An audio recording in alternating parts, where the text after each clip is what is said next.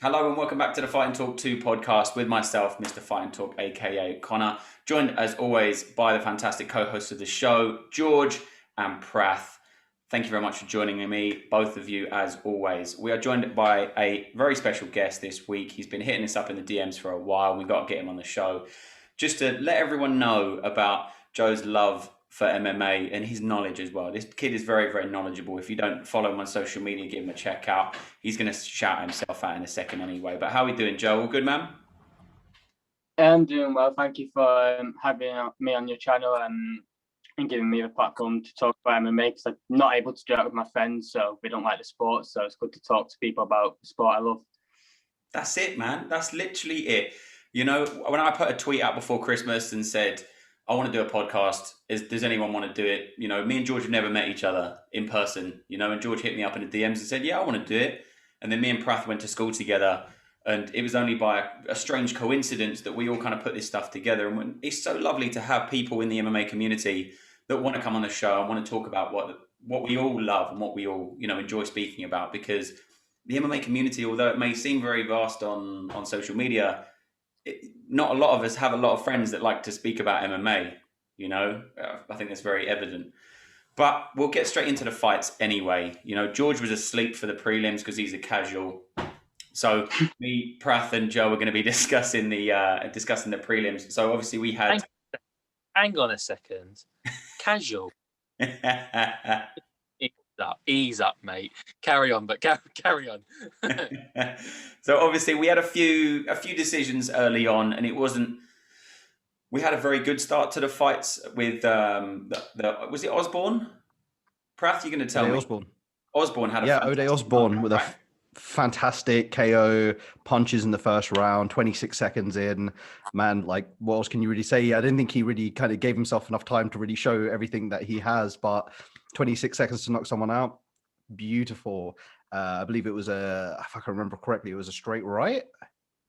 There was another one. He caught the overhead kick on the shoulder, came straight down the pipe with the left shot, wasn't it? And just put him straight up. It was a left. Yeah. But amazing performance, featherweight as well. Really, really tough weight class. So let's see him progress up these rankings and see where he goes, man. But I think if you can, even if you're on the first fight of the card or you're the main event of the prelims, if you can have a knockout in 26 seconds, that's really going to open some eyes. So I think he really, even though you're normally thrust into the curtain, the opener. Curtain jerker. Not really someone curtain jerker. That's the phrase I was looking for. Normally in the curtain jerker phase, if you don't really have any notoriety at all. So to have this now, that'll push him further up the card. Let's see him in like a main event prelim or starting off the main card or something like that, and make some stars out here. Absolutely, man. And it's been so evident over the past couple of years as well. The guys that were on the prelims, and we say this all the time, you know, the guys that were on the prelims, the girls that were on the prelims, they will be in a main event. If they make enough noise on the prelims, they will be main event in 6 months to a year. You know, we see it with so many people that they're fighting on the first or second card of the prelims, and then all of a sudden they're in the main event against some big names and stuff. You know, and then the first fight on the kind of prelim section, obviously that was the early prelims. We had the Valiev versus Day fight, which was a complete WrestleMania from Valiev. Joe, what did you see, man? Obviously, it was a very dominant performance from him, but what did you get from that? Do you think he's a star of the future? Yeah, I think he's very good. I think we saw against Trevian Jones, he looked very good in that first round. He almost had that fight finished. Chris Tanioni obviously let it go on, and then he ended up getting stopped, which is now no contest, which is lucky for him because he's still got his 7-fight unbeaten streak. That's very good for you to be able to promote with going into the future. And I feel like this fight was just him thinking, well, I don't really want to get into a war with Martin Day, because we saw him get into a very good fight with Davey Grant last year, which was quite a very fun fight. And he thought, well, I'm a wrestler, I can wrestle, I can just dominate this guy. The UFC knew 100% what they were doing. Like Martin Day's 8-5 against a guy who's 16-2. This was a great comeback win for him, and I think he's trains with Frankie Edgar as well, and Sabit Magomed, so he trains with all these great guys. I feel like he will get in the top 15 within two or three fights. I feel if they match him correctly. Absolutely, man. Fantastic knowledge. See, look, I bet you haven't even got a script in front of you. You just know this stuff. It's in your head. I can see it in your eyes, man. But no, absolutely. I completely agree with you, man. Completely agree with you. But the only issue I have with the people that are very wrestle dominant is that they can get found out when they move into the top 10 because you have fighters that are more well-rounded. You know, we see a lot of people that come in with just a wrestling background and they rely solely on that. As soon as they break into the top 10, top 8, 7 maybe, they get found out by someone that's a lot more well-rounded. But it will be very exciting to see his career and how he progresses over the next couple of fights. The next one we had was the Zalal fight, which against Sungwoo Choi. Prath, what did you see, man? Because Zalal thought he won, but I thought it was a very, very good performance by Choi. Yeah, very, very back and forth fight. Really, the tides of this one really kind of went back and forth. You normally see one person kind of take over at certain periods of the fight, but this was definitely a bit of a back and forth here. Yeah, Songwoo did a great job of being in control, kind of dominating that kind of space up against the cage as well, and doing really, really good in the clinch as well. Some great groundwork as well. That's the other thing that's quite notable. When you see someone kind of use all the facilities of their game and implement it and show, I think that's something that's really scary for the next person that's going to come along to see that this person has such a complete game. So I'm actually really high on him. I think he's really, really good. I think he's going to be someone that's going to be a problem. Maybe, I think with a couple of fights, a little bit more experience, I think he clearly looks like a strong, very explosive gentleman as well. So sky's the limit for people like that, man. It just really depends on the favorable matchups, as Joseph kind of mentioned, Joe just mentioned. I think the matchups really, really make a difference there. And so let's see where they match them up. And I'm hoping that, I'm just looking Timur Valiev and Ode Osborne, they'll probably do quite well together and maybe move that on to another one as well. But, you could throw Choi in there as well. I think that those three right there could be matched up against each other. And that could be a great little end of the prelims fight, start of the main card fight, and it'll be fireworks. Yeah, definitely, man. But what I thought was strange was Zalal was kind of taunting and acting a bit like he'd already won the fight, and he was kind of a bit overconfident throughout, whereas Choi kind of stuck to his game plan.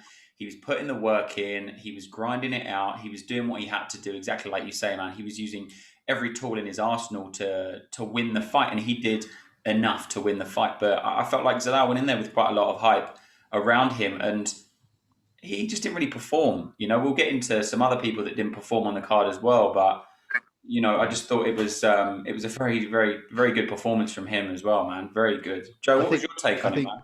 Sorry, go on. I was just going to say quickly before Joe jumps in here is just, the famous words of Mr. Burt Watson is don't leave it to the hands of the judges if you're going to be annoyed like that. And I think any of those guys that are in those close fights, when they come out and they're annoyed and frustrated with how the performance went, and it's like, okay, well, you lost the decision. It was a close fight. It was either going to go one way or the other, depending on who saw it. And I think, they get the reaffirmation in the corner before they come out for the third round. Okay, yeah, you're 2 up or 1 up. Maybe his coach believed he saw something that maybe the other guys didn't. But I got to agree with you. I thought Choi kind of took that quite easily. Not easily, but he did enough. Decisive. He definitely did enough to throughout the whole fight. Yeah, definitely, man, definitely. Joe, kid with the knowledge, tell me, what did you see, bud? I was quite disappointed in Zalal because I think I had Zalal winning by TKO round 3 because I was very impressed with him in his first year because this is a guy who came in at 23 years old. I think you already had 2 losses by the end of the UFC, but you lose at a very young age. I feel like if you lose at the very start of your career, you have more of a better chance of succeeding. Those losses only make you better. And I just feel like he's fighting too often for him to make those improvements he needs to do. So, but Sungwoo Choi, if you look at his record, he's lost to guys like Gavin Tucker and Movsar Evloev, and then two of the biggest prospects in the featherweight division right now. So, and one of them's fighting Cub Swanson. So I feel like he's fought the better opposition. I felt like he had a great performance, and he's a Muay Thai bronze medalist as well. So I feel like even though he's 1 and 2 going into this fight, I feel like people kind of overlooked it like me. But when you look at who he's fought, I think it's not that big as an upset. No, definitely, man. Definitely. He really did put on the works there, and it was good to see as well. And I think he will definitely be a star in the future. There's a lot of people coming out of the that corner of the world as well that we are seeing really, really come through and make a lot of noise, especially over the past 2 or 3 years. And I think over the next 2 or 3 years, I saw something on social media. It's either going to be a kind of Asian fighter or a Russian Dagestani fighter that's going to be the champion over the next couple of years. I think all the Americans are going to be losing the belts, you know. Prath, you are muted, my friend. You are muted. Ha! I am muted. Sorry, I was going to say, look at what the Korean zombie has done for that region. Hey, it's never going to be as bad as George's fancy mishap. So, that just look at that region. Like, look at Korean zombie, Zhang Wei Li. Like, these are all people that are really opening up these regions. And before, for me, I only really felt like the guys that were really prevalent and in a big way were Takeya Mizugaki, Takanori Gomi. These were all Japanese fighters. And so the Chinese guys and the Korean guys are starting to get in there, and they're monsters, man. Look at Du Ho Choi. Don't know where he's gone, but before the Cub Swanson fight, he was a killer. He was a monster. He was one of the more feared guys in that division. So I can definitely see that. Yeah. Just also, I think Africa's coming as well. I reckon. You know, you've got Izzy already, obviously Nigeria, New Zealand, and Ngannou potentially going to win a belt pretty soon.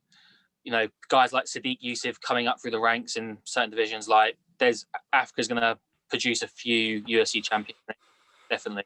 Yeah, and I think it's also the world is now getting involved as well. We're seeing so many fighters from these tiny little regions of places, you know, the Kazakhstans, the Uzbekistans, these kind of places that you wouldn't really piece together with, you know, professional fighters and stuff. But all of a sudden you have these big fighters coming through, the Cyril Gans from France. And obviously you don't really kind of pitch them as fighters. Obviously on the previous episode that myself and George did, we had Norbert Nyoveni on, and he's Hungarian. There are not a lot of Hungarian fighters out there on the big stage, you know. But I think the whole world is now getting involved with mixed martial arts, and that leads us on to a UK favourite, obviously Meatball Molly.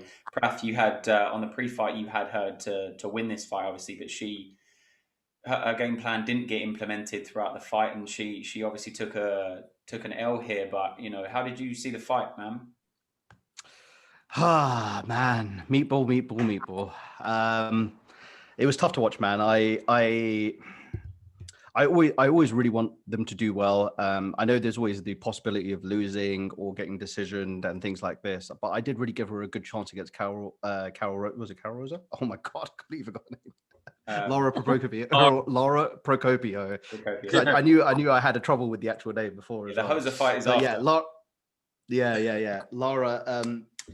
But you know what? Laura came out and she did what she needed to do. She dominated her on the ground. She didn't really give her a chance to really implement anything at all. We were talking beforehand about how Molly really wanted to make her jiu-jitsu coach proud.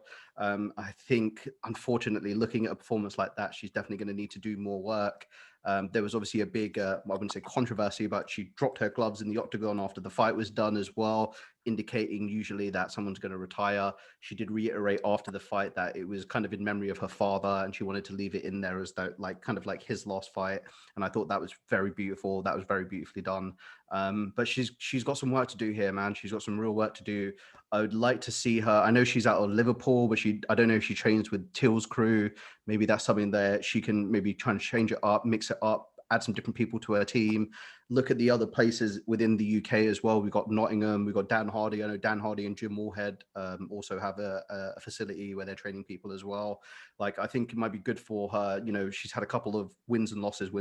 So let's see if we can do something to really kind of solidify herself as someone that's going to really keep on track here.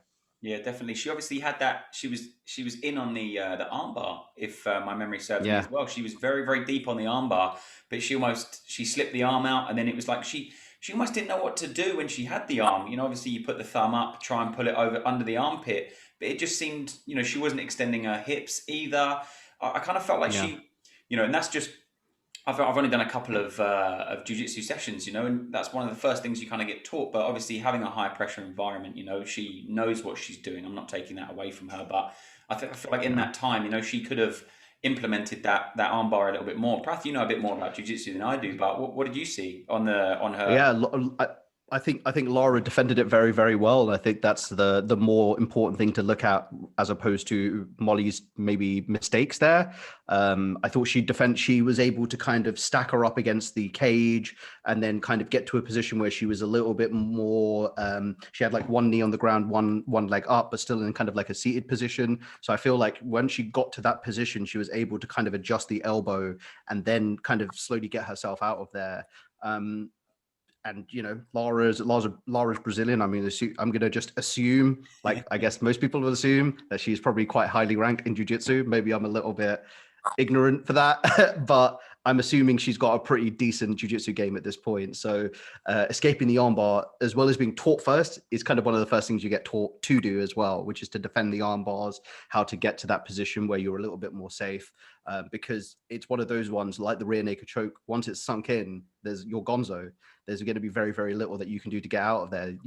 Peeling back the hands when you're in the rear naked choke sometimes does well, but for the most part, they get submitted. Same with the armbar. Once they've got to that kind of spiderweb position where the legs are entangled over the arm, and they've got that close grip, and they got that wrist right here in their grip, it's usually gonzo, man. So for her to kind of, I wouldn't say let that slip, but then allow Lara to get to a better position and then escape, was definitely a mistake. But these are the things that you kind of learn from positionally. I think having the feeling in there as well, like, I don't know how many times she's been in that position. I'm going to assume she's been in this position quite a lot. I think it goes different from fighter to fighter as well. So you could drill the armbar a million times, but you could go up against someone that just has the perfect defense for the armbar. And I think this was definitely one of those cases.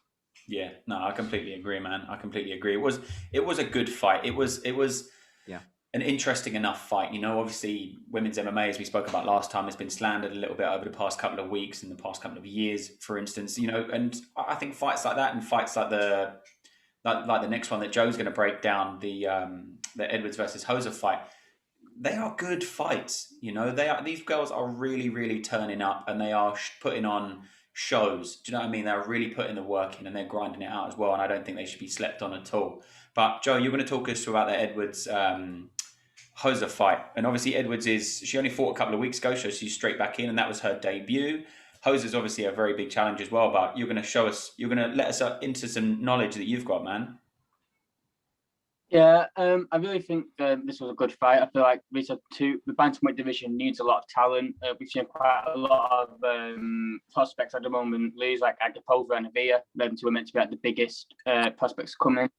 And then you've got Carol Hoser coming through and Jocelyn Edwards. Edwards did quite well on sort of short notice. You could tell Hoser definitely didn't want to scrap on the feet with her, like she's been known for in the past, because her volume of punches is incredible. She'll throw 100 punches, like over 100 strikes per fight. I think she's done in the first two fights, maybe a bit less. But here she knew the danger that Edwards possessed, and she just dominated on the ground for like 4 minutes. And then in the first round or second round, I think it was, Edwards got up and she stung Hoser quite badly a few times. And I felt like, because I picked Edwards to win, so every time she took it down, I was like, that's not the fight I really wanted to see. But she looked very good, and that loss for Edwards isn't too damaging at all. Yes, she took a bit of damage on, but she busted Hoser's nose quite badly. We saw her spit blood out of her nose, which was quite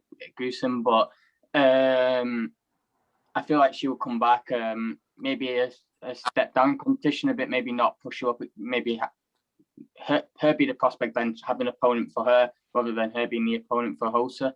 But they're both very good talents in that division, and they'll 100% be in more fights, and we could see a rematch down the line. They're only 24 and 25 years old, so very good for the bantamweight division, and it's much needed talent.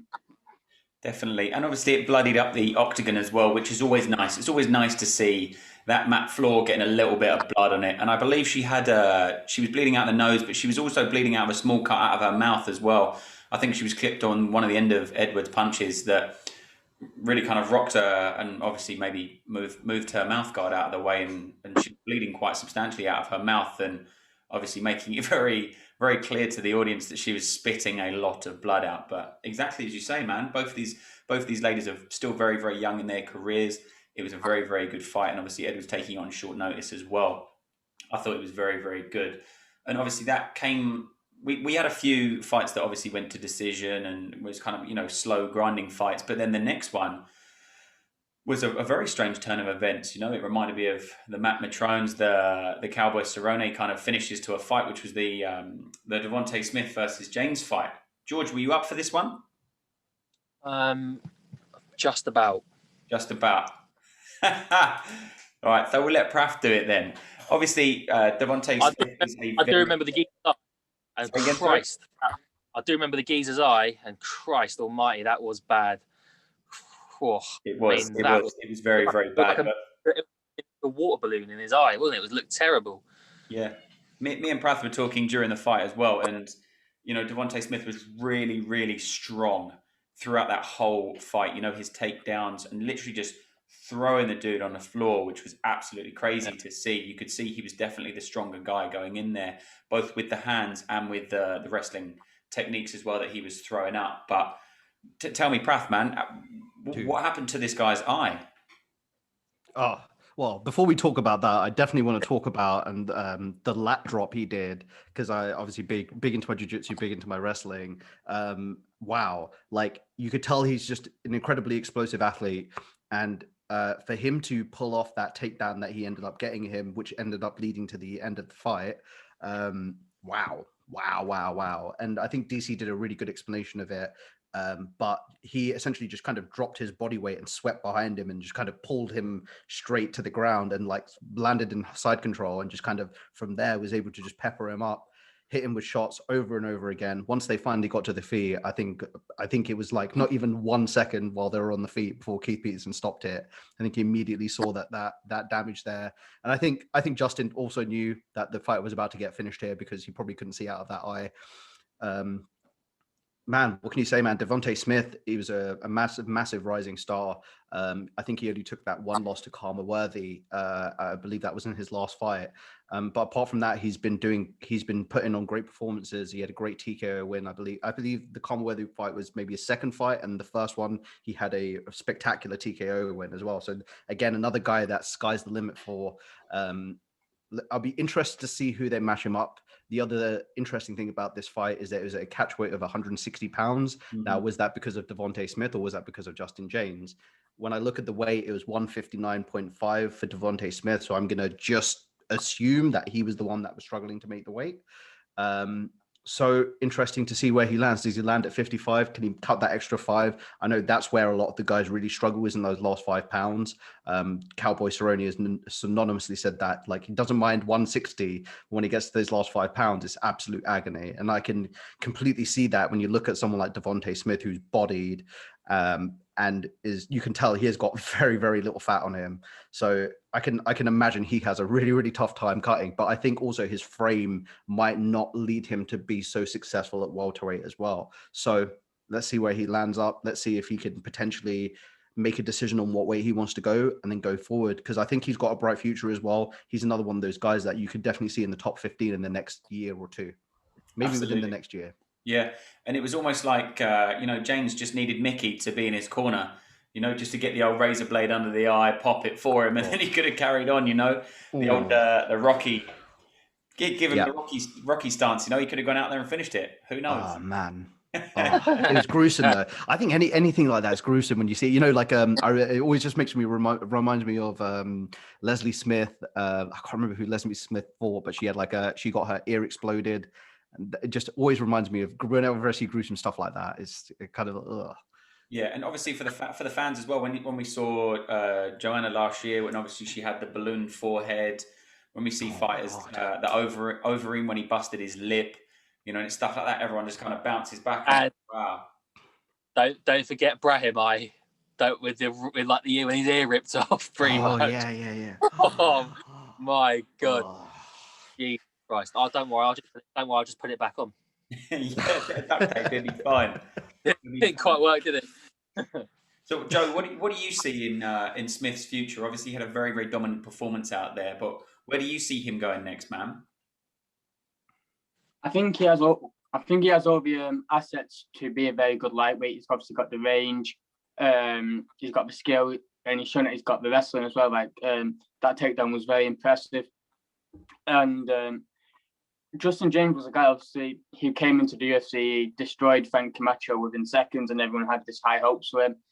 And then unfortunately lost to Kevin Tucker after that. But it's still a good win, especially having a long some time out after that Commonwealth he lost. I think he can do very well. Obviously, he made his debut also against Donhill Ma, which was very good win. Very quick, I think it was body shot KO. I'm not too sure on that, but it was a very impressive performance. I feel like though the lightweight division is just so stacked, it's so hard to say whether he's going to be a top 15 because you have to match him up against like Armin, the Fizievs, the Brad Riddles. Like he could compete with them, but I'm not too sure whether he could win. I think he would have a better chance at welterweight, where that's still quite stacked, but I don't feel like it's as stacked as the lightweight division. But at lightweight, I think he could be finished top 20, top 25 guy. I'm not too sure if he could go into the rankings. So. No, I think Wow. I think when you consider like guys like Fiziev aren't even ranked yet, then this guy's got a bit of work to do still. But you know, there's every chance. But like Joe said, maybe welterweight is better for him potentially. Yeah, or even this catchweight, even a catchweight of, you know, if there was a new rank, if there was a new set of weight class, maybe a 162.5 or something around that kind of mark, it would just free up so much space. We don't need to become boxing, man. Like seriously, all of these weight categories. Oh, honestly, that drives me insane. Do you 165 all day. Oh, it's like what is going on with boxing? It's like there's like 55 different weight categories in boxing. Let's just stick to this. It's simple. It's simple for me to understand. So let's just stick with this. You're a simple man and you like simple fights, yeah? Don't Simple is a good one. I've got a 162.5 today. Oh, why? What's your take on that, Joe? Do you think that they should implement another weight class? I think they could implement two, obviously one for the female and one for the male. I think 165 should be needed for the males. I feel like guys like Kevin Lee, Colby Covington, and all these other big guys who maybe because a 15 or 20 pound gap weight is too much. I feel like 15 it is. Gap weight is too much from 150 to 70. Like there's no in between there. I think that's the only way I can want another division. And obviously the women atomweight, I feel like is a good division to bring in the women and atomweight. Like there's so many good talented fighters in one FC, which is like the top Asian promotion in the world, that have so many good fighters from that region who are too small. Like girls like Loma Lookbonmi, they're kind of quite small. Jinyu Fry, they're quite small for strawweight. So I think those two other divisions where it would be best suited. Absolutely, man. Absolutely. I completely agree with you. And I've said a very similar thing about the heavyweights as well. Because sometimes you've got these heavyweights that are they're cutting at 265 and you think, come on, man. You know, there's some guys that look like absolute monsters at 265 and they've got abs and stuff like that. The Eddie Halls and the Thorpe Johnson or whatever his name is, you know what I mean? And they're like 300 pound, 400 pound. But I think there should be a division between 240 and 265 as well, for me personally.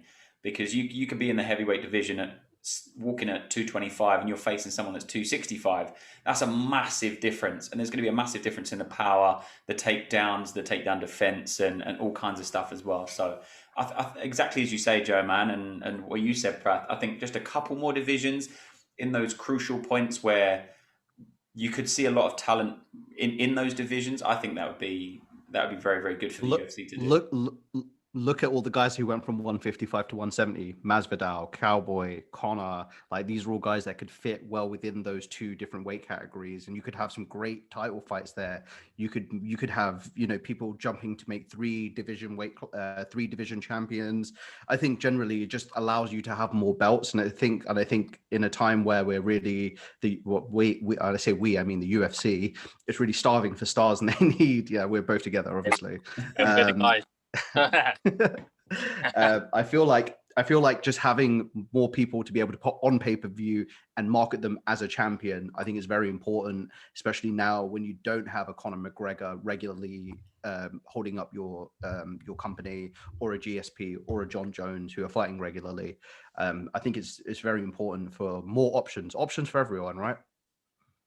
Absolutely. I completely agree, man. I completely agree. Obviously, that takes us up to the main card, which had a few good fights on it. It had a few not so good fights on it, which we'll get to. But obviously, the first fight on the card was the Dariush Ferreira fight. George, were you up for this one? Did you see the absolute dominance by Dariush? Yeah, I was here. Don't worry. Yeah, step aside, hardcores. Here comes the casual.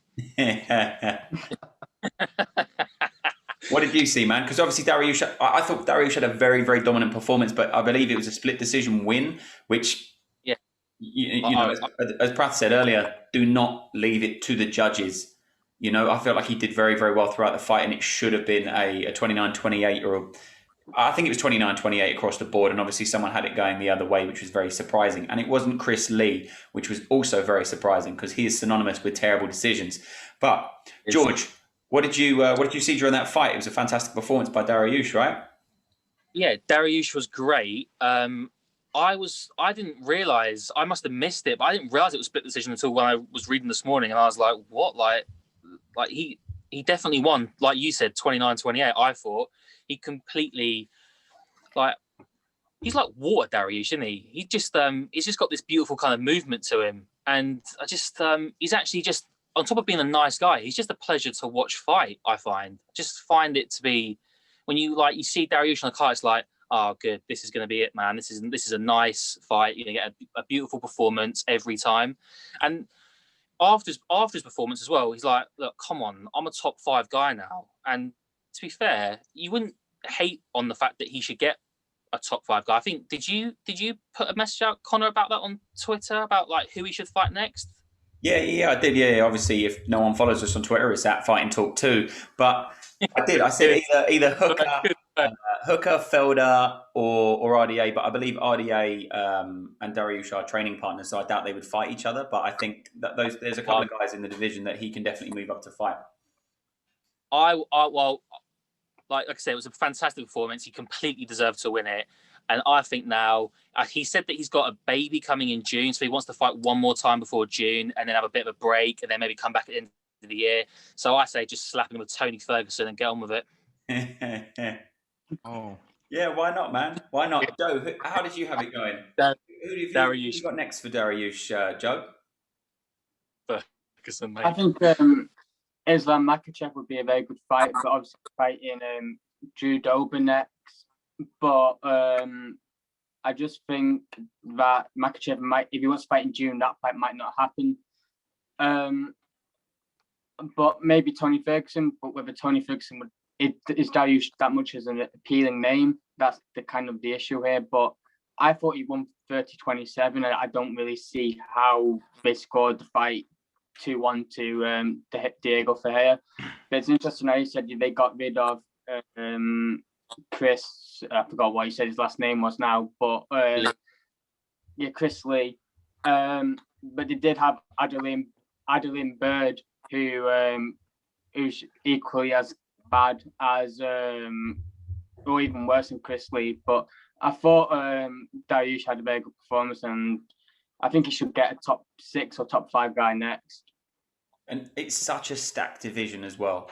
You know, it's who do you put him against? Because there's so many people coming off of fights, booking fights, wanting to have rematches and stuff like that. And I really feel sorry for these guys that are in that kind of like 8 to 15 rankings, because who do they fight?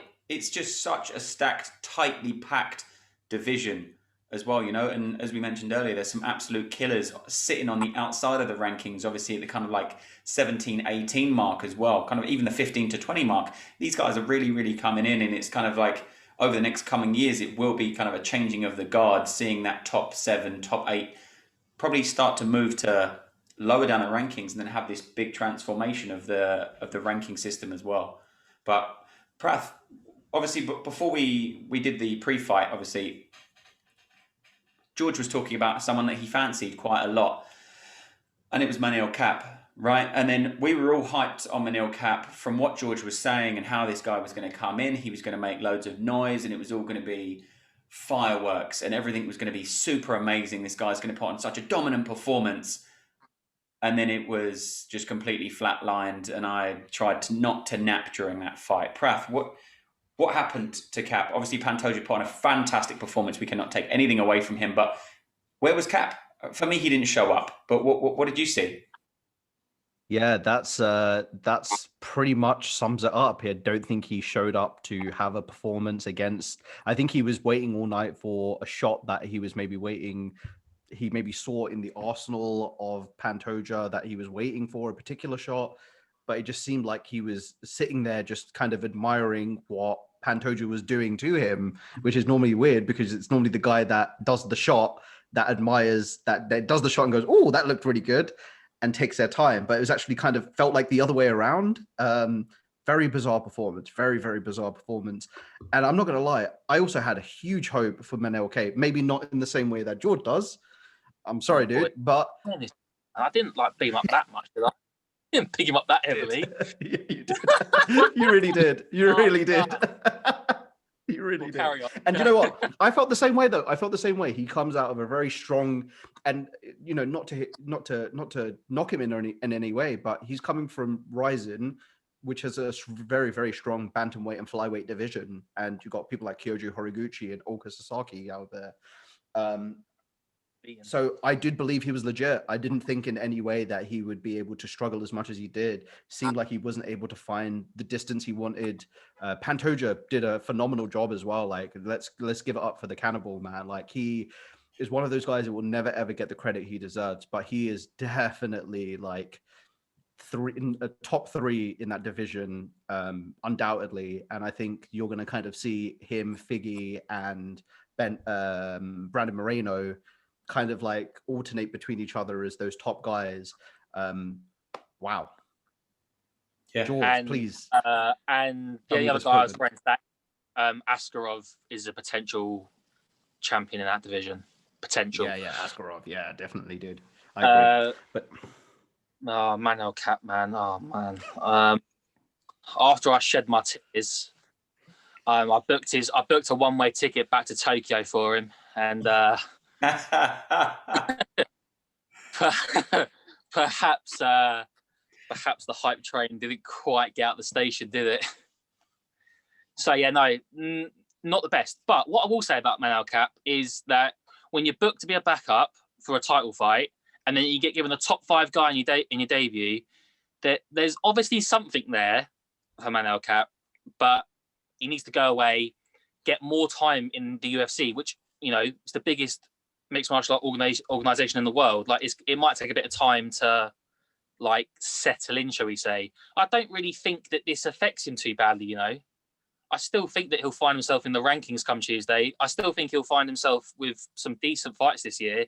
But yeah, he never really got going, did he? when he did land though, he was hitting him with like a piston of a right hand, like literally quick as hell. It seemed like he had everything there, but just didn't pull the trigger. UFC jitters, like there's so many different things that could have happened there. Maybe he had something happen on the walkout maybe when he was warming up, something happened, an injury or something like that, man. There's so many different things that can contribute to your in cage performance. Yeah, and I said this like before on the preview one as well. I said like he's you know, for a flyweight, he hits like a freight train. He's seen that in Rise and he hits hard. And you know, like when people like come out and like they just don't perform like how you expect them to. Like whenever I think about that, I always think of Paulo Costa against Adesanya. Like he had this like really weird like performance where well, surely just do what you're best at, mate. You know, and it was kind of the same there with Cap. He just didn't really. It was like, oh, this is really exciting. Like Manel Cap, like this guy's pretty good, and Pantoja's like top 5 guy. This is going to be potential. Like this could be brilliant, and it just never lived up. But you know, he'll be back, Manel Cap. You know, I'm kind of decided we're going to take a break for a little bit, and you know, maybe we'll get back together later on this year. I think he's gonna be a threat in that division. I'd love to see Kyoji Horiguchi come back to the UFC at some point as well, because dude, I think the Gooch dominates everyone, and including Demetrius Johnson. Like if Demetrius Johnson came back now and fought in the UFC alongside someone like Kyoji Horiguchi, who's on the roll that he is, man, I think he's a champion for years to come. Yeah, I'm still pretty salty about the Demetrius Johnson thing, so I don't want to talk about it too much. But go on, George. Sorry, man. I just think with Manel Cap, it's going to be one of these things where he's going to probably take a couple of losses here, but once he finds his feet in the UFC, he might start to make a play at this. But It wasn't the best performance, but I don't think it's something to be massively concerned about, to be honest, going forwards for him. No, completely. And that kind of, I know he's done a lot of things in other promotions, but the bright lights of the UFC and the bright lights of that main stage, they're going to blind some people, and especially when a fight and a fighter are hyped up so much, sometimes it doesn't always live up to expectations. When Israel Adesanya fought against Yoel Romero, everyone was like, wow, these two guys are going to throw hands. This is going to be a fight of the night contention.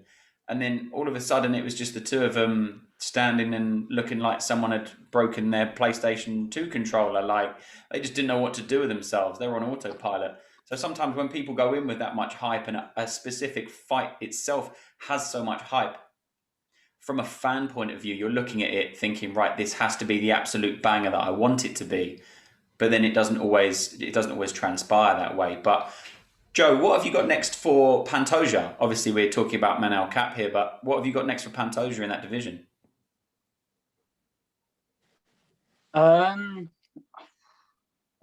Maybe Alex Perez. I think Alex Perez would be a good fight. I feel like them two are, because Askar and Joseph Benavidez are already fighting. I feel like Pantoja could be close to a title shot if he's obviously coming off 2 wins, obviously to Matt Schnell and now Manel Cape. I feel like Alex Perez is a lot better than what we saw against Figueiredo. As we've seen him stop Jose Omega, which is something Brandon Moreno wasn't able to do after. So I feel like that would be a good fight, and then the winner of that will fight the winner of Askarov versus Benavidez for a title shot if they don't want to give Askar a title shot if he does win. And with Cape, I feel like I agree that a loss isn't that damaging. I'm just very glad that they started to reinvest in this flyweight division again. Now you've got so much talent. We've got more than just 12 fighters in the division, which is great. I think they've got around about 26, and that's constantly building now. And if you look at the talent they've got so much great talent. So that's why I don't think Cape will be in the rankings right now. But I feel like a one fight will get him into that rankings. Who could he fight? Maybe Azalgas. I know he's coming off 0-2, but he's still going to be a tough fight for anybody. I think Amir Albazi is just that good. We saw Zalgas gave Paiva a very tough fight. I mean, you could give him Paiva versus Manel Cape next if you want to jump him straight into the rankings.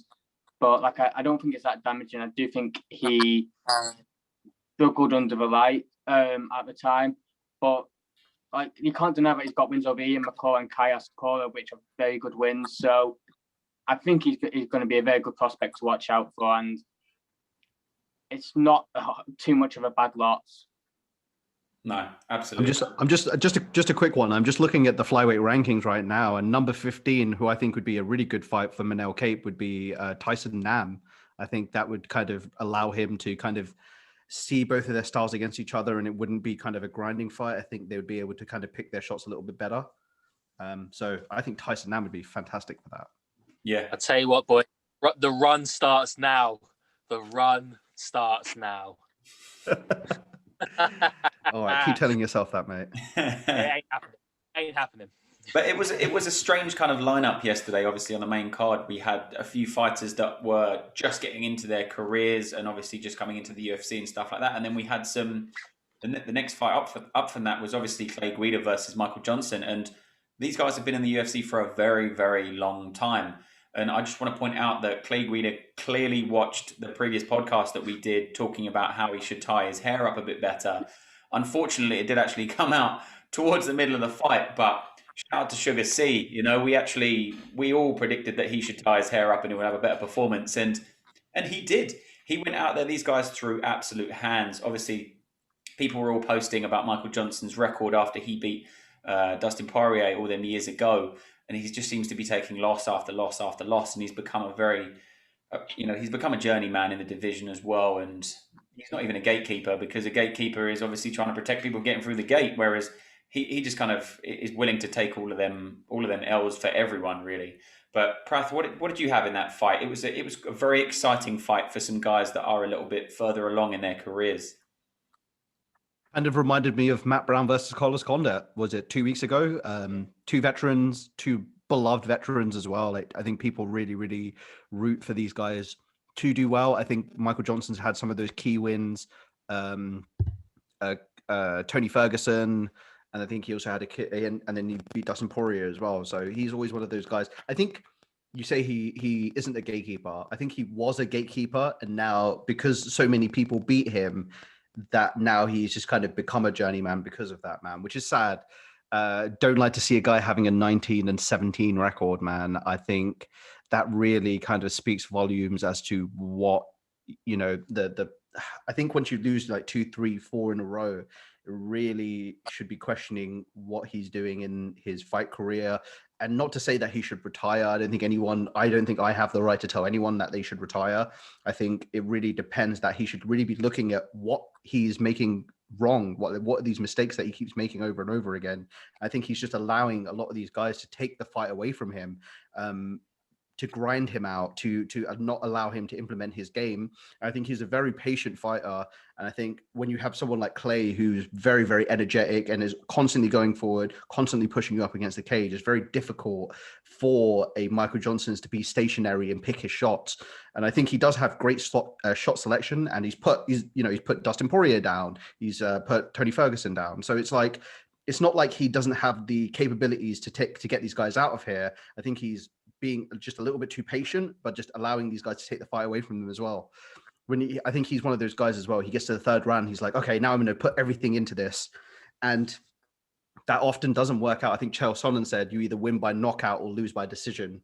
And I think he was trying to look for that knockout and then ultimately lost his decision. Clay, and look, turning back the clock, man, 39 years old, Clay Guida, an absolute animal, man. Like, I just love his style. He's been one of those guys over the years.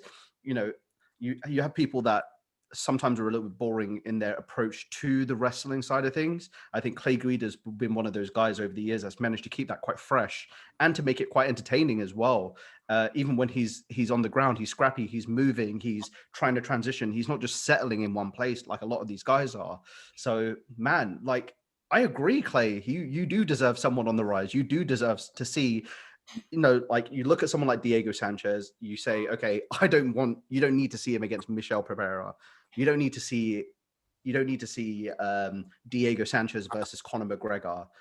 But I kind of want to see Clay Guida fight an up and coming, not someone that's, you know, not a Jim Miller, not a Michael Johnson, who's at the later stages of their career. Let's see how he does against one of these guys. You know, he's been consistent against these older generation guys. And I think it is smart matchmaking to put him up against those other guys. Like, I'm really grateful Carlos Condit was fighting Matt Brown and not fighting like George Masvidal. Like that, he would have got destroyed by George Masvidal, I feel. Well, maybe, who knows?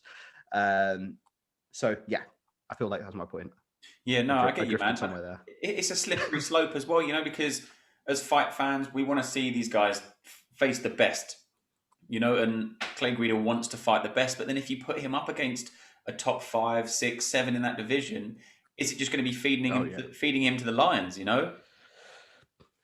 I mean, you don't need to give him someone in the top 5. You don't need to give him a Conor McGregor or a Dos Anjos or a Hooker. Like, I'm looking right now, and the person who's sitting at the number 15th rank is Gregor Gillespie, who hasn't been seen since the Kevin Lee fight. I think that may be a good fight for him to come back in. 2 wrestlers as well, so we'll negate that and potentially have a stand-up fight there. I think it'd be a good way for Gregor to get back on track if he can beat someone like Guida, and it gives Guida the opportunity to see how he does test himself against an elite athlete. And I think Gregor Gillespie, outside of that Kevin Lee loss, is utterly dominant. So let's see him. Let's give him the chance. Dana, let's do it. Yeah, no, I'm with you, man. I'm with you. George, what did you think about the fight? It's like that. Just constant money, just like that all the time, isn't he? Just like he just never stops. I love Clay Guida, man. He's just with that crazy hair and just constantly moving, and you know, he got the job done, and that's what he's got to do at his age. You know, new 4-fight contract. Got in there, got the job done, and yeah, Johnson. I fear for Johnson that he could get cut now. This could be the end of the road in the UFC for Johnson. But Clay Guida was great. Fully deserved the victory. It was kind of, I thought it could be even going into that third, but then Guida just took it all away from him in that third round. Just left no doubt. Just kind of, got him on the floor and kept him there for like pretty much the whole round. But I saw someone, I can't remember who it was now, but I kind of saw a suggestion about, remember Jordan Levitt, who had that crazy knockout where he slammed the geezer on the floor? And then he did the splits, yeah. Yeah, he'd be perfect. He should fight Clay Guida next. If he wants an up-and-comer who's got a bit of hype about him and he wants to try and fight like that, then Jordan Levitt, why not? I think he's lightweight, isn't he? He is lightweight, right? Yeah. So. Yeah. So. But yeah, Clay Guida. He'll be out lakes now.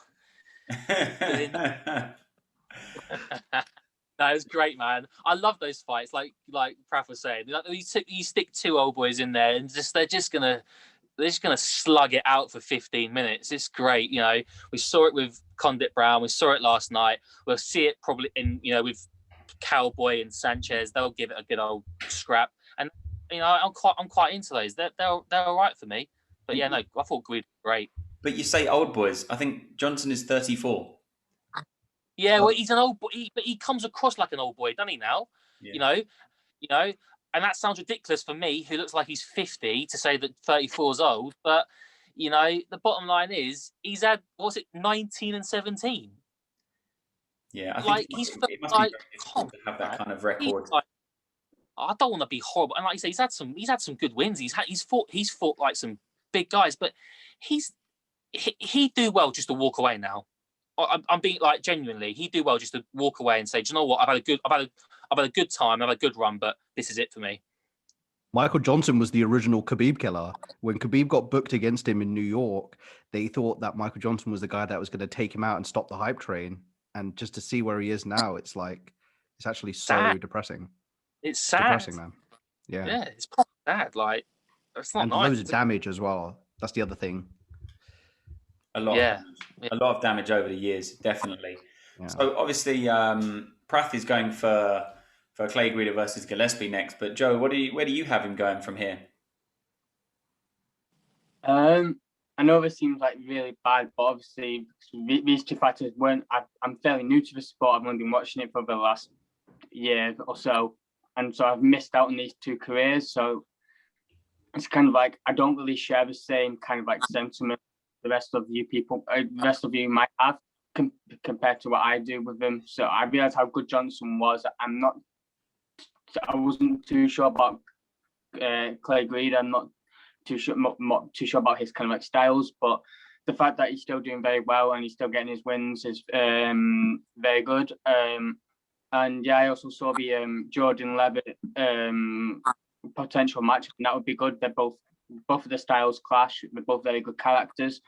I've heard someone also say Yoel Alvarez, which not many people mention. He's a good young up-and-comer who beat Joe Duffy. So I think there's definitely there's enough prospects in this division for him to fight if he wants to fight them around the top 30. I don't think you should give him a top 25 yet, because I just feel like he's had over 50 fights now, and I thought that's a lot of damage. So I feel like you should fight somebody around the top 30, maybe a guy like a wrestler that's not going to cause too much damage to you. Like, just try and, I know getting choked out is still very bad, but it's not as bad as getting concussive damage. So Levitt or Yoel Alvarez, I think, could be next for him. And for Johnson, I think we're at a point where maybe he should go from the UFC, and but he's very lucky now, because leaving the UFC is not too bad now, because you got PFL, you got ONE, you got Bellator. He's got so many options. The only problem is that record of 19 and 17, because you're thinking, well, how are you going to market this guy? You can't go, well, this guy beat Poirier and Ferguson. That was like years ago now. I know that's still big wins, but it doesn't really matter, really. And but I do think he'll find his home quite quickly if he does leave, or he could contemplate retirement. He has made a lot of money. He's been in great fights, and I just don't see where he can carry this on, really. I feel like once you're in this spiral of confidence, it's very hard for you to come back from. So I'm not too sure what you're going to do with him, but I think I don't know. Yeah, and like you say, go on, George. Sorry, but people like a lot of people say that Michael Johnson's quite articulate and he's very intelligent. Maybe Michael Johnson, like, he walks away from this and heads into commentary or analysis of, something like that. That might be somewhere he goes. Everyone that you hear speak about him says he's a really articulate and nice bloke. Maybe that's where he goes. He thinks, you know what, I've had a great career, sweet, happy days. I'll stick around in the sport, but in a different setup, in a different scenario, possibly. And obviously, what we saw on Friday as well in the bare knuckle boxing. Obviously, I'm not a massive fan of bare knuckle boxing personally. I think it's a bit too brutal. It's funny for the first couple of fights that you watch, but then deeper down the line, most of these, men and women that are fighting in the BKB are kind of 3-1, and then they kind of retire because there's only so much damage you can take with a bare knuckle to the head. And maybe Johnson goes to the BKB for 2 fights, gets 400k per fight like Paige Van Zandt was getting on Friday, and then just disappears. Why not, mate? Why not? And I think it also leads to these fighters making smart investments when they're younger as well. Obviously, Conor McGregor is a perfect example of making smart investments with the money that he was making in his early fights, and how he promoted himself and how he changed the sport and made it lent it in his favor to be able to make a lot of money through not fighting, as well as being able to make a lot of money in fighting as well. I think a lot of fighters need to take this on board and, do the social media stuff and make a lot of money out of that kind of stuff and invest in products, invest in yourself as well. So many of these fighters coming through, they just seem like they're not making any investments with the money they're making. Obviously, not all fighters are in the public eye as much as Conor McGregor is, but, some of these guys can really make a lot of money off of the money they are making from fighting. Definitely. Michael Johnson ain't getting that Paige Van Zandt money. I don't care what you say. He ain't getting that Paige Van Zandt money. Paige Van Zandt's got more attractive FU money. Johnson. Marketable, mate. That's it. Like Manel Cape, right? Manel Cape with his beautiful skin. Manel Cake and BKFC, mate. They're paying him a million. That's how pretty. That's how pretty he is. But no, it's not just on the bare knuckle thing though. That is all in or bust for them. Paige Van Zandt was the all in or bust, and her losing means they're bust. That. I bet you £5 that BKFC don't exist in 2 years' time. It's what is it like? It's ridiculous. Yeah, it just seems like they're just taking so much damage, and it's just like there's no way of avoiding the cuts on the face. I think you look at the other female fight at BKFC that wasn't the Paige Van Zandt fight. Their faces were destroyed afterwards. Mm-hmm. And I just don't think it leads to career longevity. Maybe, as you say, make a quick buck, get out of there. I definitely don't want to see Michael Johnson go into any BKFC fight with a 19-17 record. No, thank you. Please retire or go. Do you know what? He would be a great coach. Look, he's learned a lot of lessons over the years. Having a 19-17 record, I don't see why he wouldn't be a great coach, because he's had so many lessons to learn from over the years. So who knows where Michael Johnson goes, man, but I'll be curious to see. Yeah, definitely. And obviously, like we say, there was a few barn burners on the whole fight card, a lot of decisions as well. But then that took us up to the co-main and the main, which obviously woke everyone up. I mean, I was working last night, so fortunately I was awake anyway, but I was literally bouncing around in my seat. I put a little wager on before the fight actually started of Corey Sandhagen to get it done inside the distance. And the first 23 seconds, I was a little bit nervous because Frankie was coming out. He was putting a lot of pressure on as well, very low stance, bouncing around. He looked really good. And then all of a sudden, the tide completely turned. Corey Sandhagen with already the KO of the year contention. I think that when we do our 2021 recap at the end of the year, this is definitely going to be up there. We've had some fantastic fights so far this year. We've got loads more to come over the next coming months as well. But that knockout was completely stone cold. The way he jumped, it was perfect positioning, perfect timing. And then, obviously you got a feel for Frankie Edgar, the way he fell. And obviously he was out for quite a long time after the fight. But it was absolutely beautiful from Sandhagen. And in his post-fight as well, he said, I'm really sorry, but if I didn't do it to him, he would have done it to me. Which is, you have to have that fighter mentality. George, obviously this woke you up at this time, man. So, what did you think of Corey Sandhagen's performance? I think he only threw one shot, and that was the KO finish. Yeah, like obviously he had that fight that win over Marlon Moraes as well, with that kind of another kind of beautiful finish. Like I've been thinking about it today, and he could be like, the way he fights it's like it's so beautiful. It's like painting a picture when he fights. It's so fluid and God, it's almost like perfection when you watch it. And that finish, but at the same time, the violent nature of him is something to behold. He doesn't come across like a particularly violent bloke, but man, that finish last night was violence personified. And the way Frankie Edgar fell was, man, it was nasty, to be honest. I kind of liked Sandhagen afterwards when he's, like you just said, like he kind of said, look, I don't want to watch it back because, I don't want to see it, but, I've just got to do it because it's my job. But no, Sandhagen is, for me, I said it to you guys this morning, for me, he's one of the scariest guys in the UFC. I think he's the best bantamweight alive at the moment. I think he's better than Jan, and I think he's better than Sterling. And I think it's not long before the belt is wrapped around his waist, to be honest. I think he's definitely the title next, 100%. There's no question. If they book it against TJ Dillashaw, I am going to lose my mind. I'm pre-warning everybody. I'm going to go mental if they book it against that drug cheat. So Corey Sandhagen next for the title. It was brilliant last night. Where Frankie Edgar goes from here, I'm not sure. Maybe it's time to walk away. Maybe.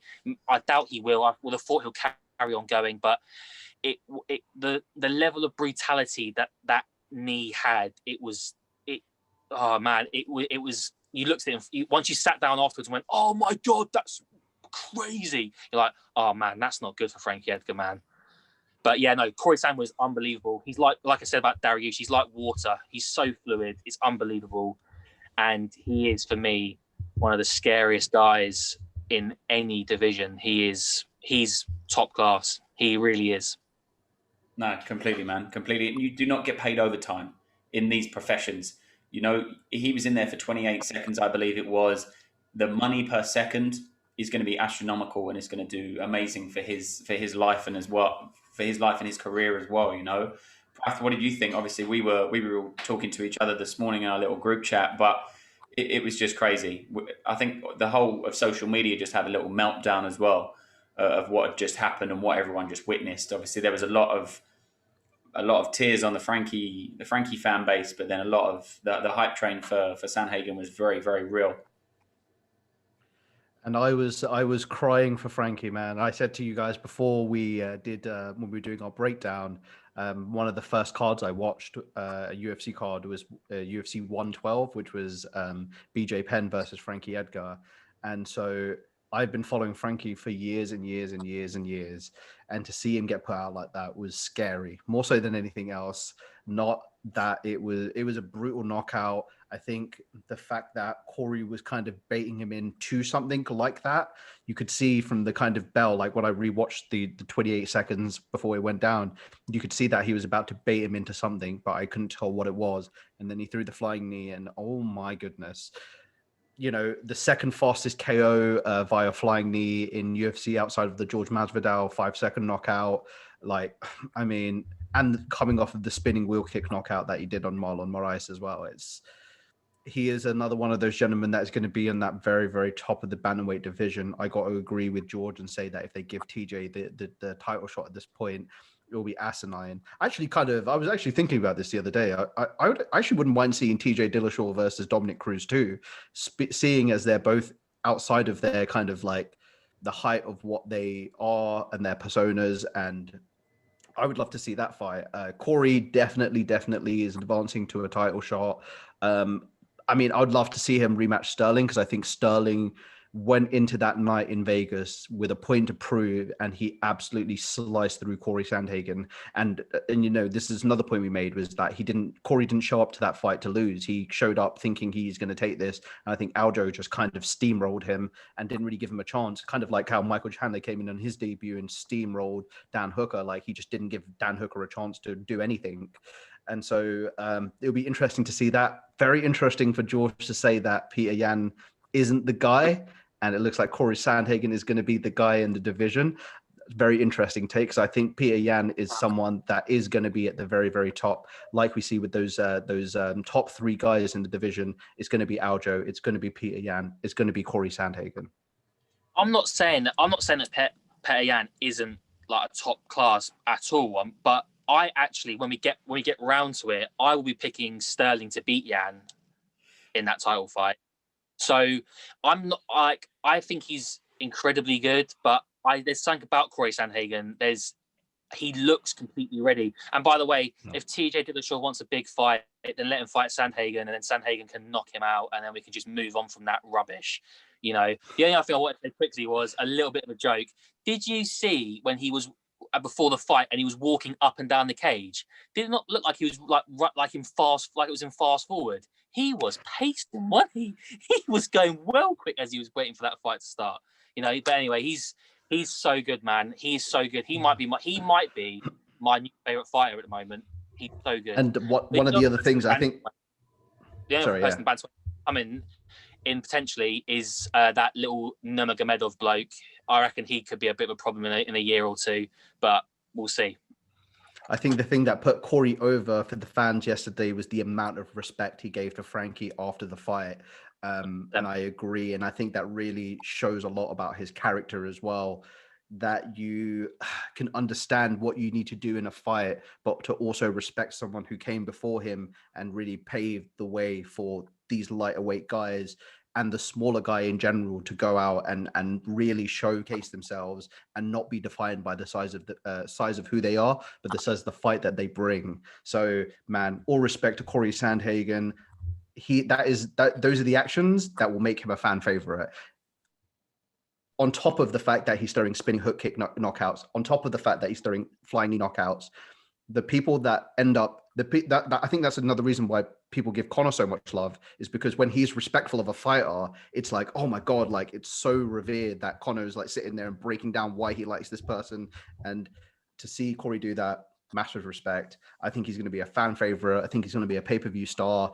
I think he is a little bit of an introverted gentleman. And I think over time now, taking these main event fights will allow him to unlock a little bit more of his character and allow him to really be seen by the people. So let's see what goes on here next. But man, I'm extra excited for Yan versus Sterling. Let's go, guys. I want to see this fight next week, and then we'll book Corey Sandhagen on afterwards. Just the last thing really quickly is what they're doing at Elevation Fight Team in Colorado is amazing. Yeah. Simple as that. They're doing amazing work there. 100%. And you know what? You obviously said it was the second fastest flying knee knockout, but I think it was the only ever flying knee walk-off knockout. Obviously, Jorge followed up with shots, whereas this was a crisp hit with the knee, and then he didn't bother. He just walked off, and he knew it was done. It was like watching Roy Nelson not Roy Nelson. It was like watching Mark Hunt uppercut someone and walk off. And the actual, like, the way he walked off was finessed and just like, wow. Yeah, man, for sure.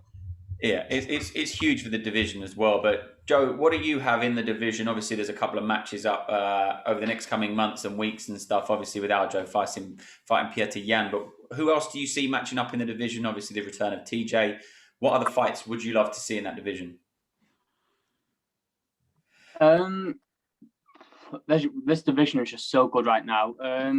He could do Rob Font versus Aldo. I think that would be a good fight. Rob Font's obviously win over Marlon Moraes, and I just feel like he deserves that now. He's been around for a while. Rob Font, he's into the top 5 now.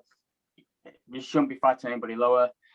I'm a big Peter Yan guy. I feel like a lot of people, like especially on social media, they had this thing that apparently Yan's just fought bums and bad competition, and that's just not the case. If you look at I know regional scene, people have this think, oh, it doesn't matter what you do outside the UFC, what in the UFC matters. But in his second fight, he beat a guy who was 19-7, and then he fought and beat him at 1-0. He then gone on to beat Magomedov, who's a very, very good bantamweight who fights at Bellator now. And then he's beating guys like Matos, who also fought Magomedov in Bellator, and that was his only loss at the time, was to Peter Yan. So I think he's fought very good opposition. And I think he would beat Sterling. I think I have him to beat Sterling in that division. But also moving forward, I think that Umar Nurmagomedov is a very big name in that division, and what he did to Sergey Mosov was very impressive, because Mosov is a guy who will get a lot of wins in that division as well. So I just feel like it's a lot like the lightweight division, the bantamweight, where you got the top 15 to 30 guys. Any of those guys in that top 30 could beat maybe like the lower top 15 guys in that division. So you got Barcelos in there who's fighting a Sun Tzu. No, he's not. He was meant to fight a Sun Tzu or Sun Tzu. You could do Barcelos versus Stamen. I think they were meant to fight last year. So I think that would be good. That would be a good fight. I think this division is one of the best divisions in the UFC right now, with the featherweight and lightweight division. And I've always been a bigger fan of these lighter divisions. To be honest, I really don't really like the heavyweight division at all, apart from a couple of fighters.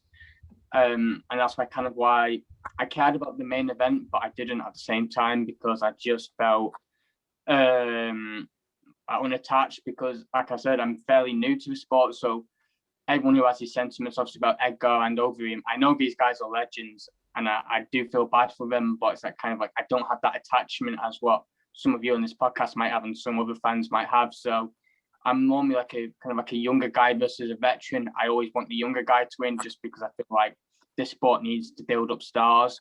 And I feel like when people celebrate a star losing, I feel like that's not really good. But I kind of gone on a bit of a rant there. But I think this division is very good, and I'm looking forward to see what happens next.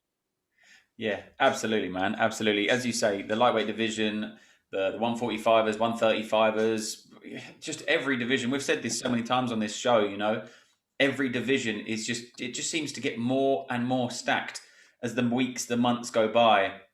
There's just more fighters coming through and breaking from that kind of top 15 to 25. They're breaking into the top 15. And then these guys that have been there for a little while are getting cut and getting cut and getting cut. And obviously not having the bigger fights as we've seen.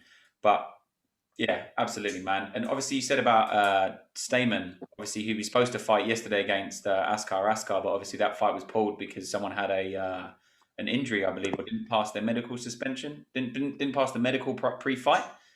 Did you see? Yeah, Askar. Yeah, Askar squared, right? Askar squared. Yeah. Askar squared. Yeah, he didn't make it through. I don't think there was any news really as to what happened with him, though, was it? I think it was just he didn't pass his medical pre-fight. Maybe he had, you know, most of these guys get some sort of infection when they're cutting weight, especially cutting down to the smaller weights as well. You obviously get. Hey, what? Say again. I'm saying can't catch a break though, can he? He can't get a fight for nothing at the moment. You know, man, it's so unfortunate for him. What's it now, like four fights that have just fallen off? Is it?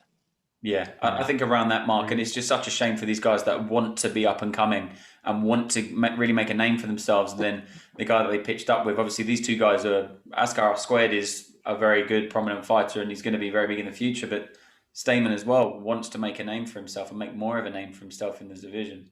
It's just such a shame when fights get pulled, especially at short notice. You know, they're going into these fights having a 10, 12 fight camp, and for it to get pulled on the day or even the day before, you think you've just put so much of your life and soul into training for this person, and it's just such a shame when it doesn't pull through. But then that leads us on to the main event of the evening. Obviously, we were all rooting for the hometown hero, Alistair Overeem, obviously being from West London. And I will reiterate, Alistair Overeem is from West London. He was born in Hounslow, so he is not Dutch. I'll just make it very, very clear. it was a shell of Overeem, really.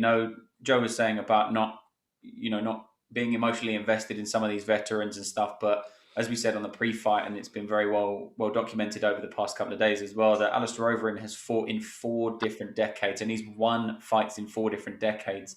So he appeals to the younger fighters and the younger women, apparently, if you listen to social media with him flying into DMs. But he appeals to the younger fighters, and he appeals to the kind of veterans as well of the MMA sport and the fans and the hardcore fans. But it was a real shame, I thought, for him to take the loss, and the way he did as well. Obviously, being on his hands and knees, taking a big left hook from Volkov. Won't take anything away from Volkov. He went out there, kept his distance, was really breaking through the guard as well of Alistair Overeem, pieced him apart. He didn't need to engage. He didn't need to take any damage. He said after the fight that he was very, very happy and very excited about his future, but that didn't come across in his visuals at all. He didn't look like he was very happy to have won the fight even. He is Russian. It's true. It reminded me of the DeCherico fight a couple of weeks ago when he was just almost very upset that he'd won, which was very strange to see from a fighter with such a good future ahead of him. I'm not a huge fan of these heavyweight guys outside of the top 4 or 5. Obviously, there's a couple of people, and obviously John Jones coming into the heavyweight division. I will be very excited for that and how he changes it up. But it was a sad night for Alistair Overeem to go out the way he did. But Prath, you obviously had a bit of an emotional attachment to Overeem as well, being a West London guy yourself. What do you think he did wrong in that fight, and how could he have implemented his game plan if he did have one? It didn't look like he did for me. I've got to agree. I don't feel like he had much of a plan going in. And I thought that for me would have been one of the places where he would have really shined. Was one of the things that I said in the pre-fight breakdown was that, Volkov is very tall. So obviously he was to keep it very rangy. And I felt with the experience in kickboxing that Alistair Overeem has, that he would be able to just kind of figure out a way of getting in there. And Alex pieced him up, man. There's nothing else you can really say apart from that. Ended the first round, he did look very, very hurt. And coming into that second round, I just feel like he was kind of like lamb to the slaughter almost a little bit coming out for that second round, because I just felt like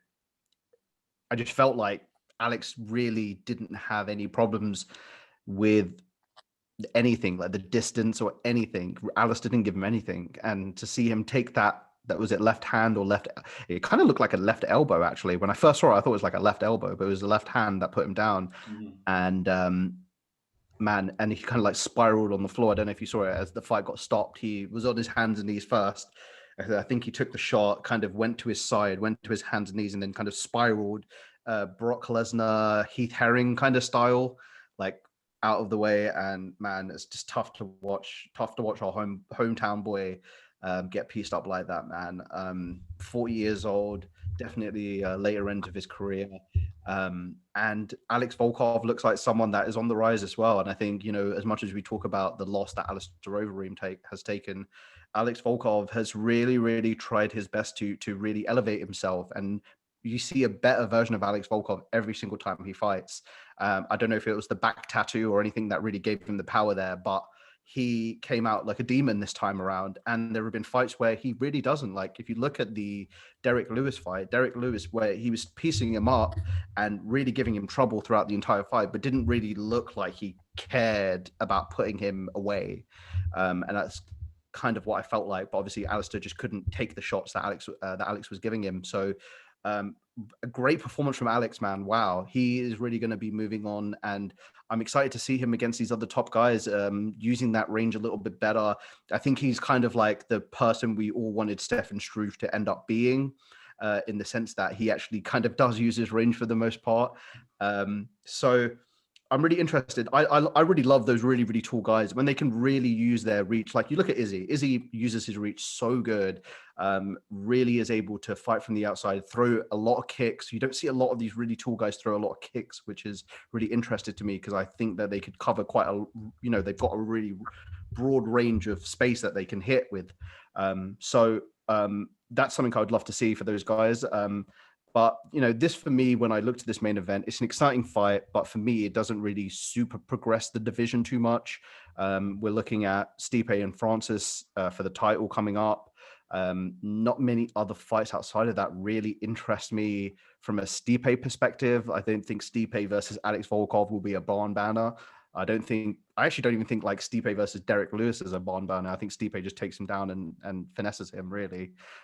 So where he is in the division and where he is after this fight is a little bit unclear to me. I assume he'll maybe go up one notch or two notches on the rankings.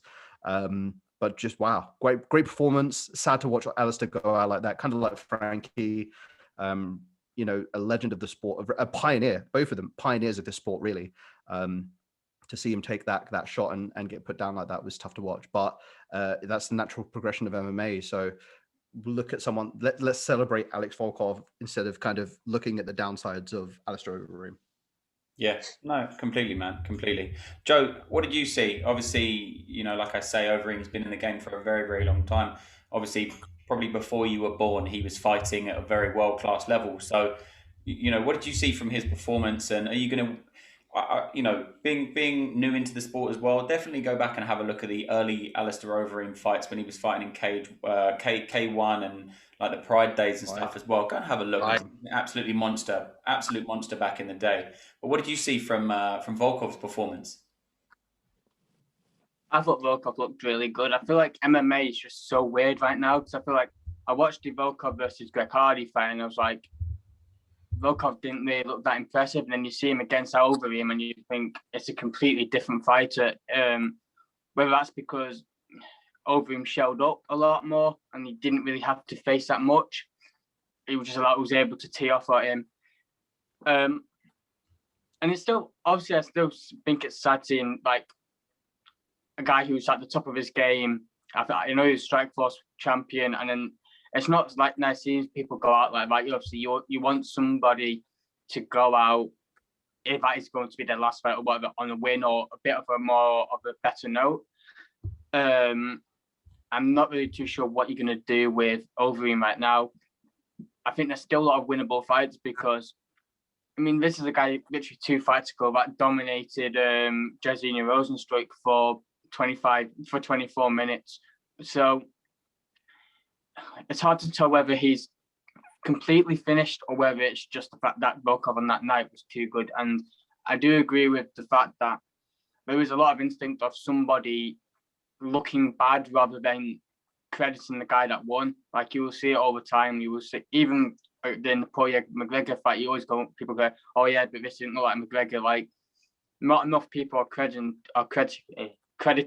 the actual winners, and I just feel like it's not fair on the fighters who trained so hard, put in the work for how many years, and this was his big moment. This was like probably his biggest name he's beaten. Correct me if I'm wrong on that, but I think the top 5 is so weird in the division right now because obviously you've got Game versus Rozenstruik happening, you've got Blades and Lewis happening, and you've got Stipe and Ngannou. So who do you have there in that top 5 for him to fight? There's nobody there in that area. So whether he waits out and just waits to the division to free up a bit, I'm not too sure. But I feel like Stipe's only got 2 or 3 fights in him. And obviously that's going to be the Ngannou fight right now. So John Jones, if he moves up to that heavyweight division. And I think he would be interested if Gain beats Rozenstruik. I think he would be interested in that because I just feel like that's a very good fight and they're very high-level strikers. And what people don't realize about Gain that he's a very good grappler himself. He's got submissions himself, so he's not just this striker kickboxer. And I think he could beat Stipe. And I think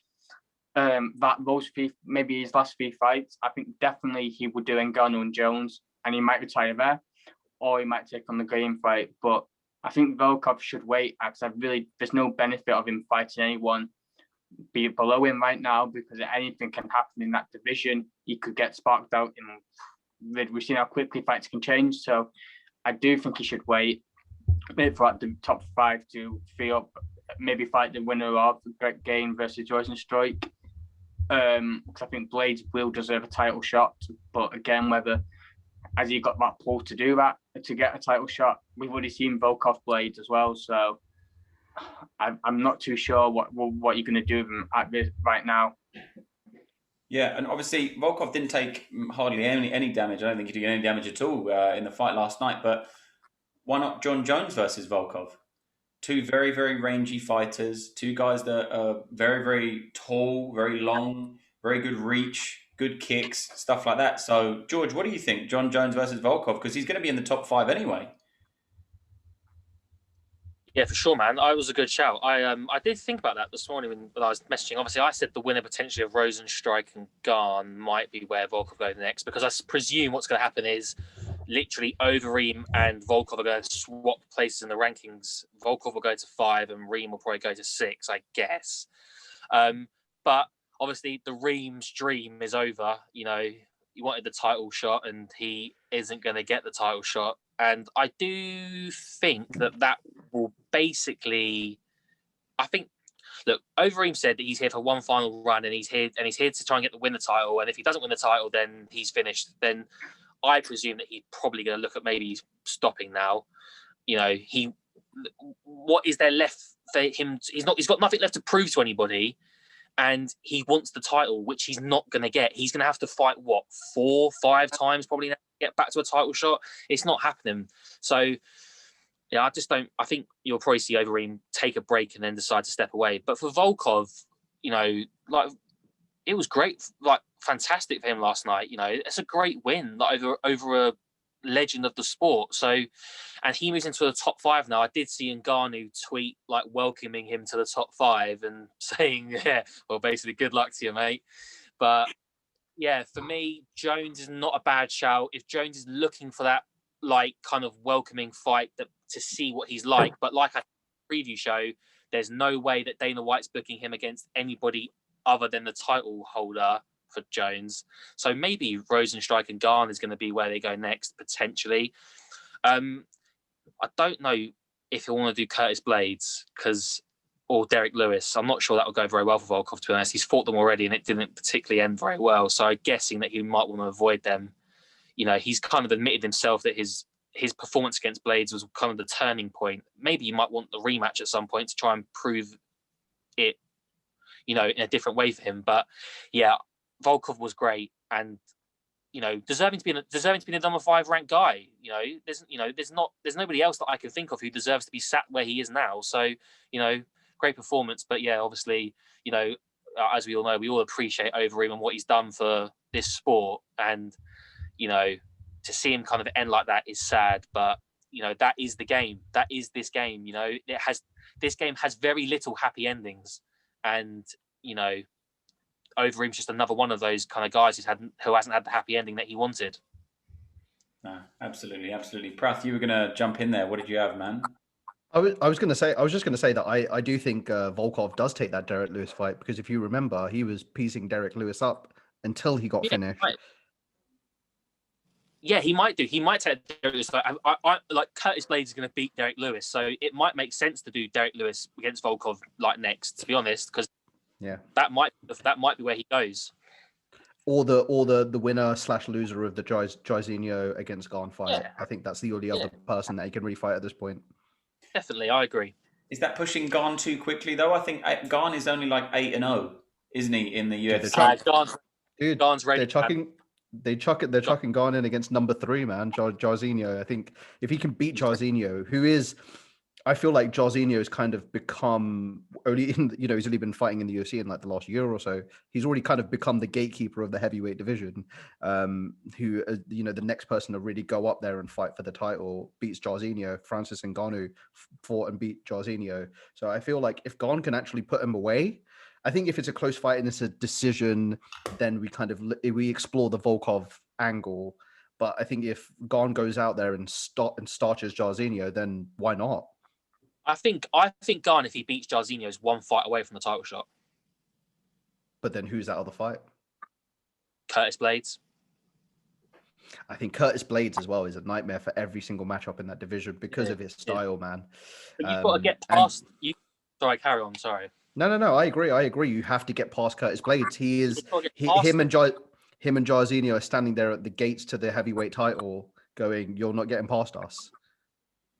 This is what I mean. So it's like Cyril Gane is gonna have to, he's gonna have to go through a Curtis Blades or potentially a Francis Ngannou, to get himself to that title shot. He's gonna have no choice probably. So, get yourself. I think he'll beat Jairzinho in March, or in February. Sorry, it now is. But that last kind of one fight to kind of get yourself to the top of the chain is going to be a difficult one. But they clearly. He's highly rated, man. Like, he looks very good. I think if he beats Blades as well, that really puts him over in the heavyweight landscape as well. If you look at who Curtis Blades has beaten, Overeem, Volkov, like having these wins, these grinding wins that are actually, I can imagine, are fairly demoralizing as well. Like you're taking a beating where you're literally not able to defend yourself because of what the other person's doing. So I think if he's able to put away Jairzinho and he's able to put away Curtis Blades, like skies, that he is going to easily become the heavyweight champion of the world. I'll just put it out there. It's going to be interesting to see, though, if that was to all come to pass, though, would Curtis Blades want to fight Cyril Gane? Because what? Might Cyril Gane is this really dangerous kind of guy that he doesn't want to go near, with him being so close to a title shot himself. I just really fancy Cyril Gane. Yeah, I wouldn't else be there. Oh, no, I missed that. I just went, yeah, I do as well. He's my new crush. You can have him during the week, and I'll have him at the weekends. Sharing is caring. Instead of a carpool, you can have a Gane pool. I like that. Oh, we'll have to trademark that as well. Well, if we can get Cyril on, that'd be nice, eh? Say again. If we can get Cyril and Manuel Cape will be the top tier guest that we can go on. That's it. And talking of guests, obviously we had Norman Yevgeny from Bellator on the show the other day as well. We have some fantastic guys coming up. We had Aaron Khalid on the show last week as well. We've got a few guys coming up this week. Some previous, UFC fighters. Obviously he's going to be on the show anyway. We'll talk about him and stuff like that. Who's not in the promotion anymore. Talk about his journey. And then we've got a couple of guys from Cage Warriors as well that we're going to be doing interviews with this week, which is actually going to be absolutely fantastic. And exactly the same as Joe did. If you ever want to come on the show, or you ever want to talk about MMA with us, we're more than happy to feature people, have people on. We are just three blokes that just talk about this in our kitchens, living rooms, or outhouses, wherever George is. If anyone ever wants to come on the show, just hit us up like Joe did, and we're more than happy to have you on. If you want to listen to the show and you don't want to watch it on YouTube, you can listen to us on Spotify. We're trying to get on Apple Music, Amazon Podcasts, and check us out on Instagram at Fighting Talk 2. George looks after the Instagram. On Twitter at Fighting Talk 2 as well. I look after the Instagram myself. So you can hit us up on multiple platforms and every which way possible. So give us a follow, a like, subscribe, do all the usual stuff. Joe, how can people find you, man? You can find me on Twitter at Joseph Andrew Shaw. I also do YouTube at Joseph Shaw as well, which I kind of do a similar thing with interviews. I've interviewed Mason Jones before. I've also interviewed Norbert Naveni before as well. I'm also trying to branch out of MMA as well. Also do MMA content, but I'm also trying to get interview some other sports people as well. But I've not really uploaded recently, but I am hoping to do more card previews and stuff in the future. Beautiful, man. And you are always welcome on the show. Obviously, you've only been into MMA, like you say, for a year or so, a little bit over a year, but your knowledge is really, really good. And you can tell you're a big fan of the sport as well, man. So thank you very much for jumping on the show on behalf of all three of us. Thank you very much for jumping on. Thank you for having me on again and giving me this chance to talk about MMA. No worries at all, man. Like I say, we'll be posting some of the interviews and stuff throughout the week. and we'll be doing the pre-fight for UFC 258, I believe it is, next week. Usman versus Burns. We'll be doing a pre-fight for that, which is obviously going to be a huge card as well. I don't think the card itself is huge. The main event is huge, and obviously there's a few barn burners on the prelims and the main event as well. So, Prath, thank you very much for joining us as always. George, thank you very much as always. Joe, thank you very much for jumping on, man, and we will see everyone next time.